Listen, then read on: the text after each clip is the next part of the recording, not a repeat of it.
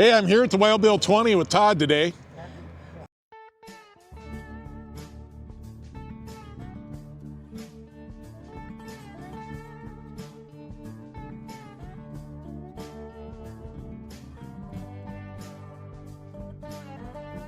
Hi. Actually, I changed my name to Elmer Bud Tussle. All right. So Elmer Bud Tussle here is he is the director of the Wild Bill 20 race circuit. Yep. This will be, I think, the 25th year having it, and probably the 6th or 7th time we've had to have it on the pond. We ran out of snow. Prefer to have it on the trail, and I know that he would have been racing in it today if it was on the trail, but weather, precluded that. Anyways, yeah, we're having a good show. It's just, always trying to see who's going to show up and race, and so kind of changing up the classes here and doing things. But I think I see people showing up, and it's going to be a good show. It's a good turnout. Yes. It's a good turnout. Yep. So I'm glad he's here to film. Go ahead. I just got to say this to you guys. You all don't bother leaving a comment asking me, and for God's sakes, don't try to call me. I won't answer the phone. Don't ask me about the Wild Bill. I don't know all the details. I don't have the information to give out. You have to talk to Todd. Give him my number, 218-380-2566. Oh my God, I'm going to put it in the video now. So now you know. You talk to Todd if you want to know. It's not my race to tell you about. It's Todd's race. As Joe Souchere would say, stop calling and asking. There you go. So anyways, I'm not running today, and I wish I would have. The pond looks great. I thought it would be bare ice. It's good. By the way, it's my buddy Andy. Hi, Andy. It's like a family here. You walk in and you know almost everybody. Mm-hmm. It's a great race, but it's going to be a pond race today. Vintage sled, one lunger racing. So we'll bring you back maybe with some interviews about sleds, but then some race action. All right, I'm here with Andy, and we're looking at his sled. Andy, you got a mic, so they'll hear you even though I'm not pointing the camera at you. Okay. Tell me why you like these Walbro carbs. The reason why I run a Walbro carb is because once upon a time I worked with a guy named John Nutter, and he told me Walbro carbs, nobody can get them to work. That's right. And so I said, I'm going to run a Walbro carb. So you're doing the Walbro just specifically to spite me? Pretty much, yeah. Okay, well. I was running a diaphragm Mikuni, and that worked great. And I remember talking to you about it, and I had one, and with much effort, because they are a pain in the ass. Oh yeah, they're horrible. They're more difficult than any other carb, because there's about twice as many parts, and there's a few other design problems with them. But I've been running a Walbro carb ever since. Well, I remember at one point you were telling me the mid-range was so much better than a Tillotson. No. So there's really no advantage except for added complexity and spiting me. To be honest with you, I've never really run anything else. So oh, well then we're going to have to try a Tillotson. I know you want to do this Mikuni thing, but you gotta do a Tillotson.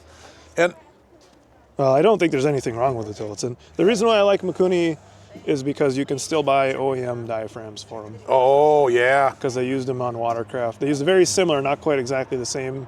Yeah. And almost all the diaphragms are the same. Oh, really? You can still buy them OEM Mikuni. So tell me about this exhaust. That doesn't look very Polaris-like. That is a 292 Kawasaki. I forget, it's 70, some specific year. And that's on a Sox 340. This is a 290 SS. So it's a 290 SS Sox in a 73.45 Colt. Yep.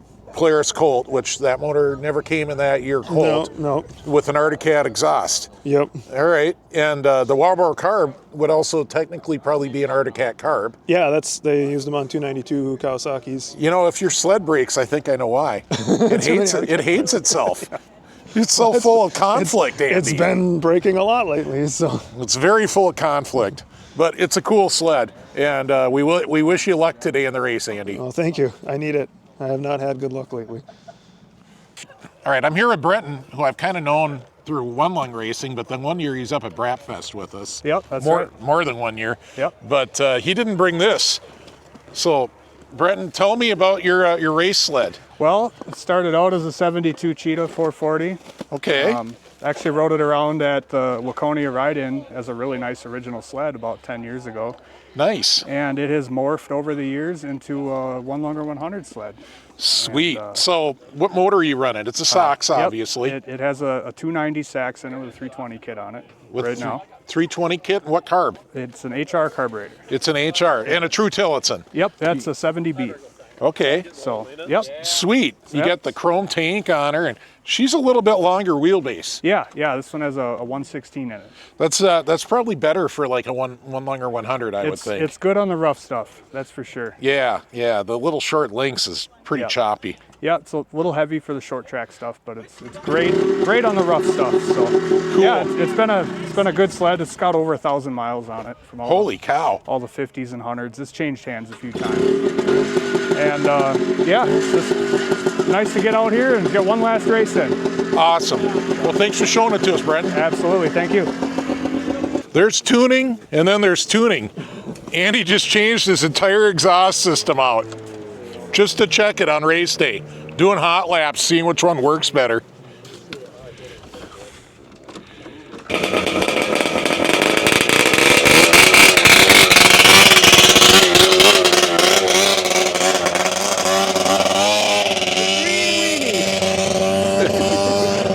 That's Kevin's sled. This is Kevin. He's hosting today, and there's nothing like the sound of uncorked stinger pipes. Yep. Gotta love it. The green weenie. Awesome. It's recording. Okay. All right, everybody, welcome to the 25th Wild Bill 20.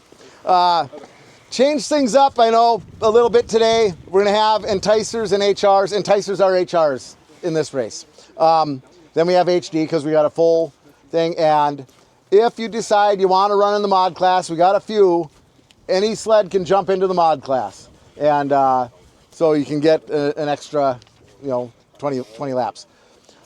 The course didn't equal a mile, so I bumped it up to 12 laps per moto. So you're gonna do 12 laps, it'll equal about 10 miles.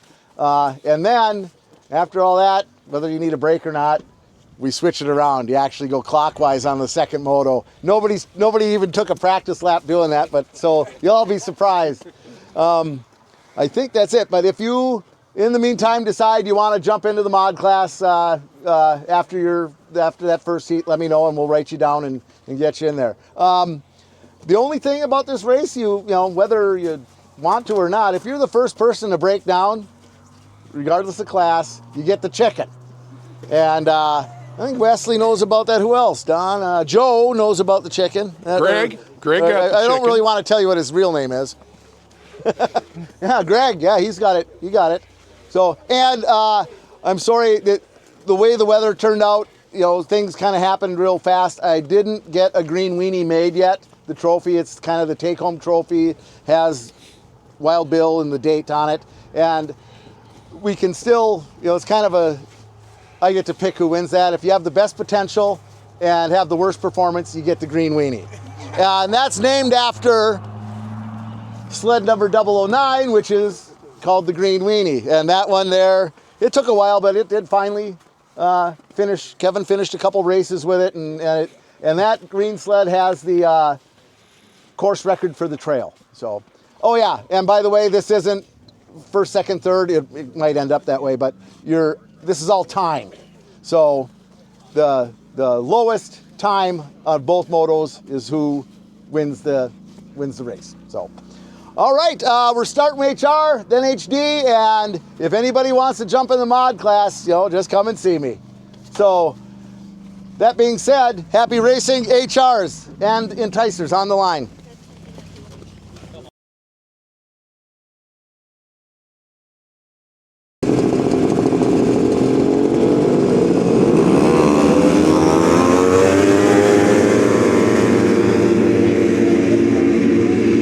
All right, that's a good start. Nobody had a fouled plug at the line.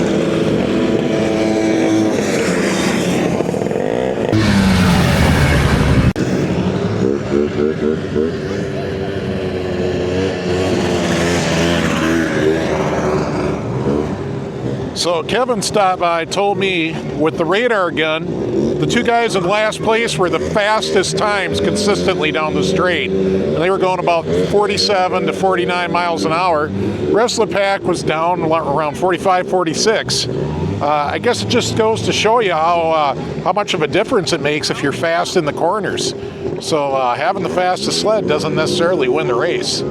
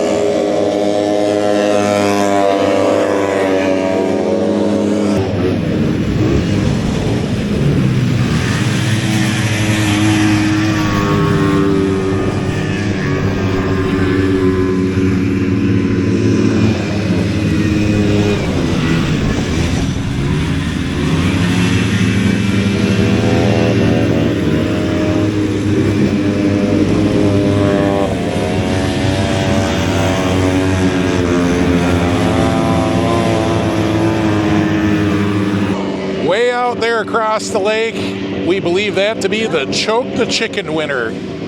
First sled out.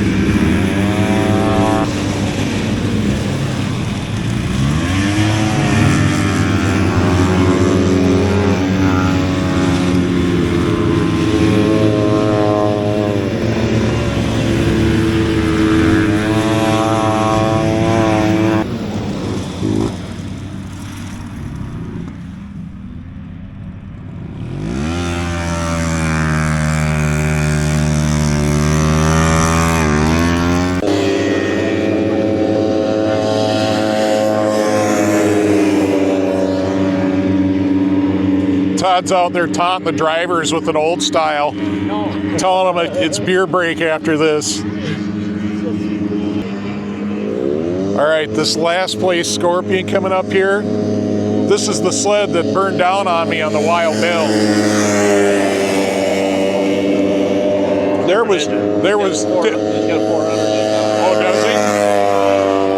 Well, he was lapped pretty bad. He wasn't even on the lead lap. So here comes this 54 Arctic Cat for the win.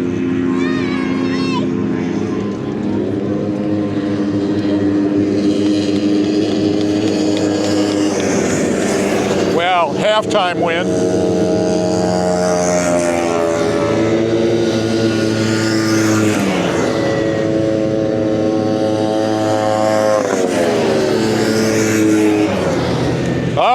Brendan's out, but he didn't get to choke the chicken.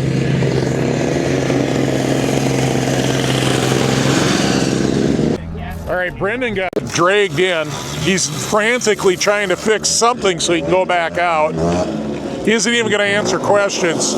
They're just ripping into it. We'll see how far into the motor he gets. Just the recoil. Oh, just the recoil? Sox recoils don't break. That's a J. What do you? It looks like a Sox. It's doing J-Lo things. So I flipped over in the corner, came in too hot, locked up the track, flipped over. Yeah. Gas tank came off, I think caught the recoil handle, and then broke the recoil. Oh, you kicked out the pole while the motor was running. Yep. Bad juju. Bad, no good. All right, so HD just got done. Jared, this was your first ever race, and you're only half done. you do have to go back out for 12 more laps. That's what I've heard, yeah. You fared better than your teammate Brenden, apparently. Yep. How'd it go for you? It went well. Not something I've ever done before, so big learning curve, but I think we're getting her down. How'd you feel about cornering? It's dicey. Yeah. It's like I said, not something I'm used to. So it's a cleated track, but it does have some studs. It definitely has some studs. They're sharp. It's extremely narrow. Very narrow. That's the problem with the Colt. Yep. So, but you made it. Congratulations on finishing at least the first half. Thank you. Second half remains to be seen, though. We'll give her hell.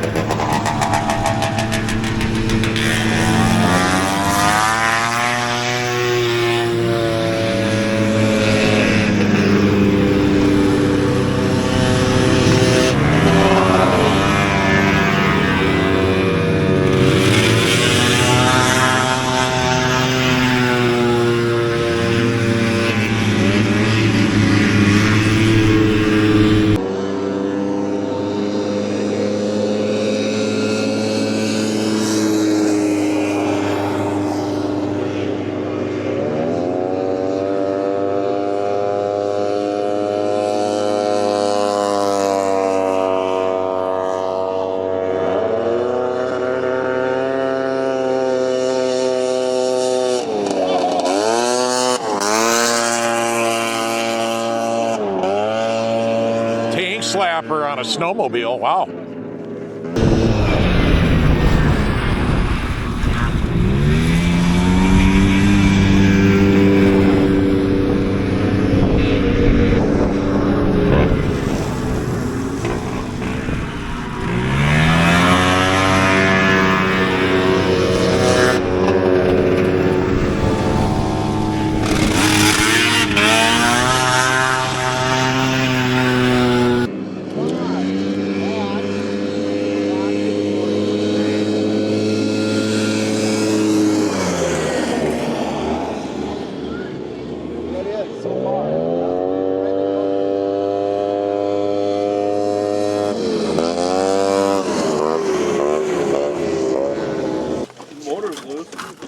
Yeah, tie rod or something's broke. Or the spindle. Or the spindle.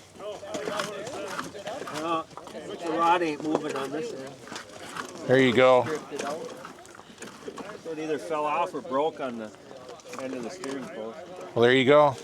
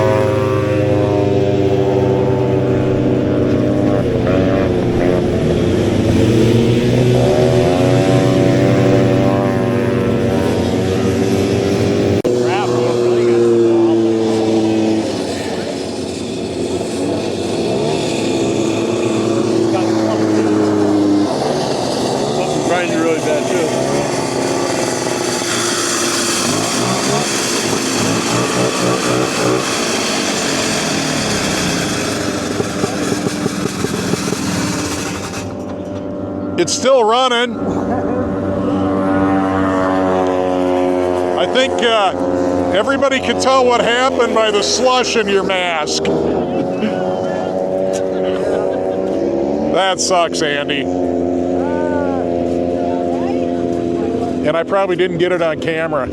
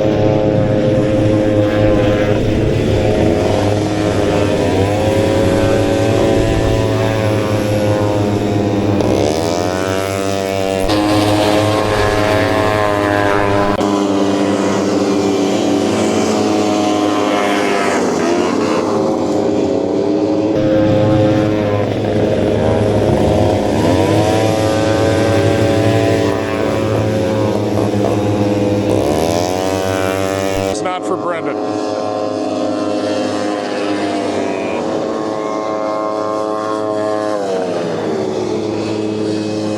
Okay, somehow Brenden got the white flag.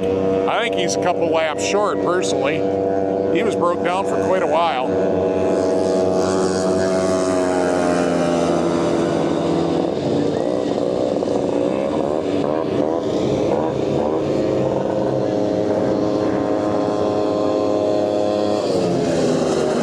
White flag for Jared.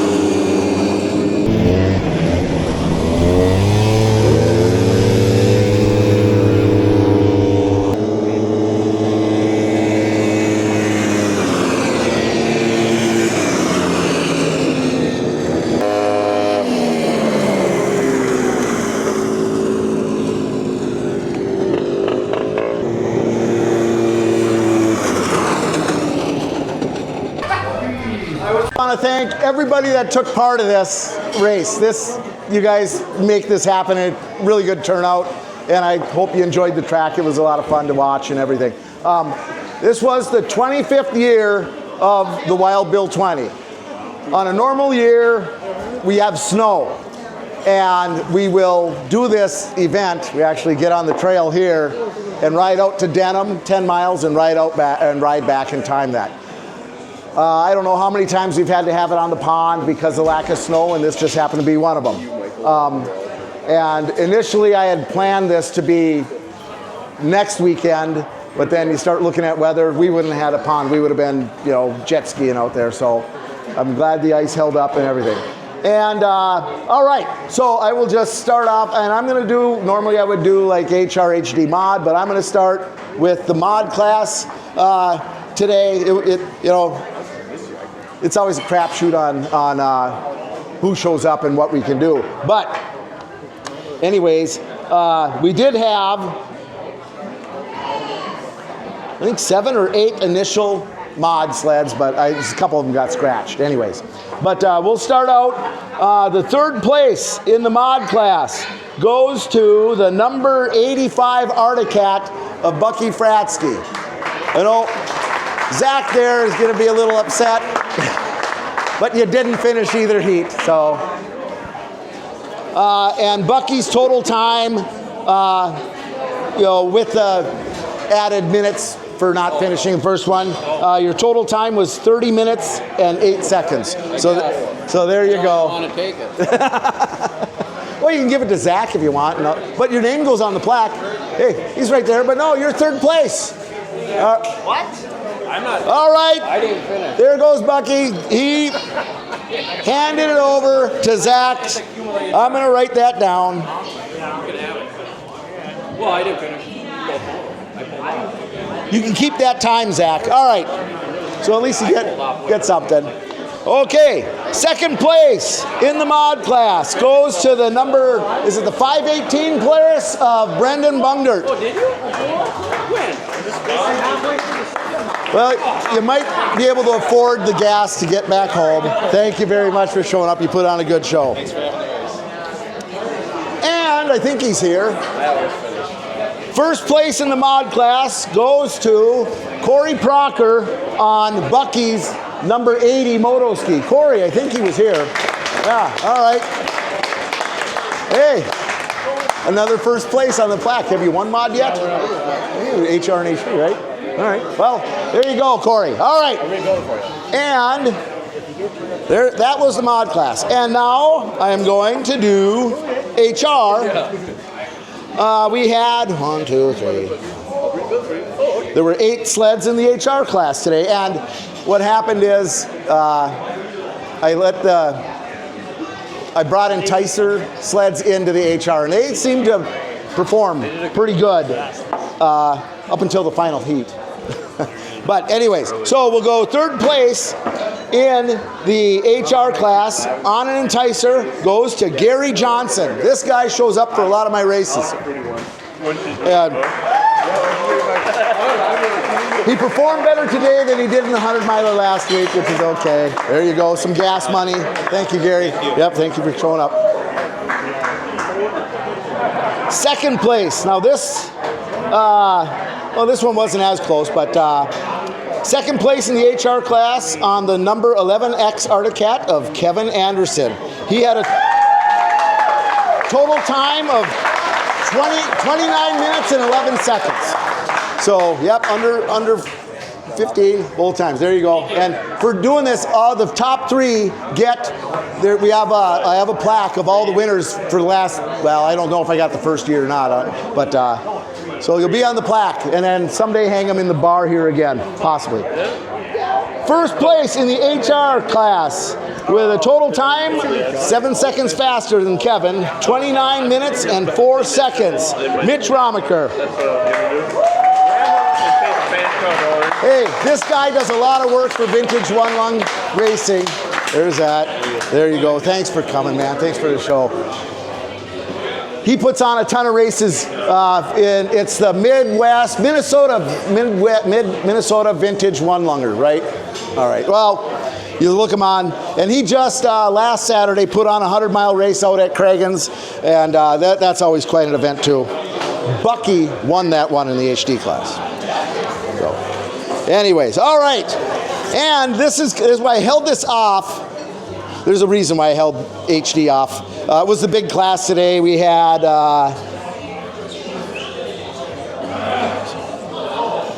12. We had 12 sleds in the class, which is pretty good for showing up in the middle of March. And the third place in the HD class with a total time of 28 minutes and 36 seconds is Mitch Romaker again. He got come back up here, get more gas money. Thank you, Mitch. There you go. Second place in the HD class with a total time of 28 minutes, 34 seconds. There was a 2-second difference between second and third here. Goes to Bucky Fratsky on the number 85 Arctic Cat.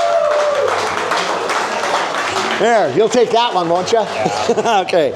And the reason I held off this HD for the last, this is the first time in 25 years that this happened. HD is the big class, it's the fast sleds. We had our first lady win a first place. I don't know, podium at all. But Ashley Schusted with a total time of 28 minutes and 21 seconds. And if you were there to see that, it was, yeah, thank you, really good show. And let me see here, just to make sure, the only person that got a faster time than her was Corey in the mod class. And that was only by 6 seconds. So she ran a good race. It was pretty good. All right, now the fun one. This is Choke the Chicken, if you didn't know. It's Choke. And we kind of went a little Mardi Gras, I guess. Found a set of beads for her. Anyways, this traveling trophy, you get to bring this home, put it in your garage, you'll initial it and the date that you want it. It goes to the first sled that is out of the race. And the funny thing is, it was really, really close to bring Brenden Bungert. But he was able to start his sled and start and finish the second heat. So the honor of Choke the Chicken in 2025 goes to the number 25 Arctic Cat of Alec Nesbitt. Enjoy. Put it in your garage in a proud spot. There you go. And you get your name on a plaque for that one too, the Wall of Shame. All right, everybody. Thank you again. We pulled off another one. No injuries, no deaths. That's always a bonus. Thank you. See you next year in the middle of March. Actually, yeah. I hope you enjoyed the race as much as I did. Huge thanks to Todd for hosting us and everybody that raced. That was a great day. Had a great time. Want to say thanks to anybody that's given us a super thanks in the last week or so at the time of editing. That's whose name you're seeing on screen right now. And I also want to say a huge thanks to the patrons for their support of the channel. Really appreciate you patrons. I've been giving them lots of extra posts lately. I think they've been enjoying it, judging by the reaction. So if you're wondering, Patreon is a lot like being a member of YouTube, but it's off-site. It's on a different platform. And the patrons give $5 or $10 a month, and in return, they get their names up on the screen, as you can see. And they also get to see all the videos early and ad-free over on Patreon, and they get patron-only videos. So really appreciate you guys. And everybody else, hit subscribe, and we'll see you at the swap meets.